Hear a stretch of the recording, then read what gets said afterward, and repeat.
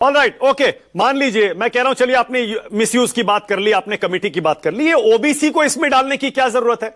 SC ST के ठीक है, आप बोलिए, चलिए, उनका तो हमेशा से एक इतिहास रहा है।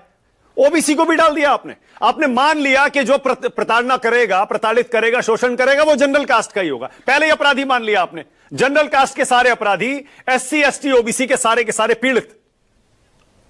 मानक भाई क्यों मुझसे कहलवाना चाह रहे हैं? एक पूर्व मुख्यमंत्री हैं उत्तर प्रदेश के, पूर्व मुख्यमंत्री, कार्यालय जिस दिन खाली किया था गौमूत्र से उसका शुद्धिकरण करवाया था। एक जज हैं मुरलीधर, जस्टिस मुरलीधर, इलाहाबाद से, जब कार्यालय खाली किया ना तो गौमूत्र से वो कराया था।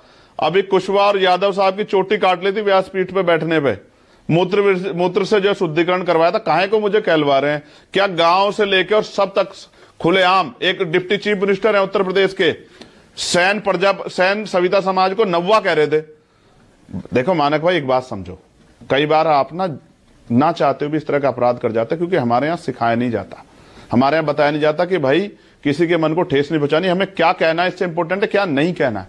आप समझे मेरी बात को? मैं किसी को अपराधी नहीं घोषित कर रहा हूं, लेकिन मैं आपको ये कहना चाहता हूं कि भाई जिनका कोई एक केस बता दो आप पिछले 10-12 साल के स्टडी में कि दलित पिछड़े वर्ग के बच्चों ने सामान्य जाति के बच्चों को जाति के आधार पर भेदभाव शोषण किया, आप बता दो आपके उसमें आया। अच्छा, एक काम करिए, फिर एक काम करिए, ठीक है, आप एक काम करिए, फिर आज आप कह दीजिए चंद्रशेखर आजाद, आप कह दीजिए कि ओबीसी ने कभी भी एससी एसटी का शोषण नहीं किया। नहीं, एक सेकंड, अब आप क्लियर कर दीजिए, आप बोल दीजिए ओबीसी ने कभी एससी एसटी का शोषण नहीं किया। पहले मानक भाई मेरी बात सुनो। मानक भाई, जब तक आप मेरी बात नहीं सुनोगे तब अब आप सवाल मुझसे कहोगे कि फिर आप चंद्रशेखर जी मोदी जी की तारीफ करके कह दीजिए कि ये किया उन्होंने। हाँ, मैं ये बात बिल्कुल कह देता, अगर 12 साल में उन्होंने इस 80% रिप्रेजेंटेशन को, बैकलॉग को पूरा कर दिया होता, अगर उन्होंने सरकारी संस्थान भेज के आरक्षण को खत्म ना किया होता तो मैं कह देता।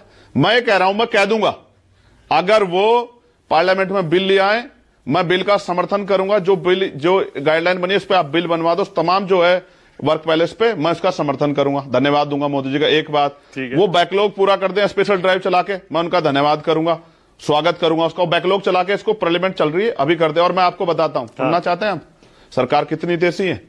आप सुनिए फिर। 1 फरवरी को जगतगुरु सतगुरु रविदास महाराज की जयंती है। पूरे देश दुनिया में उनके मानने वाले लोग रहते हैं। अभी तक सरकार ने अवकाश घोषित नहीं किया। पिछली बार मैं लड़ा था तब जाके एक दिन पहले अवकाश घोषित किया था, एक दिन पहले, 12-12 घंटे पहले। और दूसरे धर्म का धार्मिक आयोजन होता है तो अधिकारी जाके पैर दबाते हैं, हेलीकॉप्टर से फूल बरसाए जाते हैं, उनके लिए लाइटिंग लगती है, व्यवस्था होती है, सफाई होती है। तो मैं पूछना चाहता हूं, कहां से देसी सरकार हमारी? अगर होती तो 25 करोड़ से ज्यादा आबादी मानने वाले, जहां खुद प्राइम मिनिस्टर जाएंगे, आप देख लेना, बनारस जाएंगे प्राइम मिनिस्टर, और बड़े बड़े नेता हो सकता है चीफ मिनिस्टर पे जाए। अभी तक अवकाश घोषित नहीं किया। क्यों नहीं किया? अच्छा, ठीक है, क्योंकि हमारी धार्मिक जो है आस्था से किसी को कोई फर्क नहीं पड़ता। ठीक है, इसलिए कह रहा हूं, आप बैकलॉग भरवाइए ना। अच्छा, ठीक है, ओके। चंद्रशेखर भाई, मैं फिर से पूछ रहा हूं,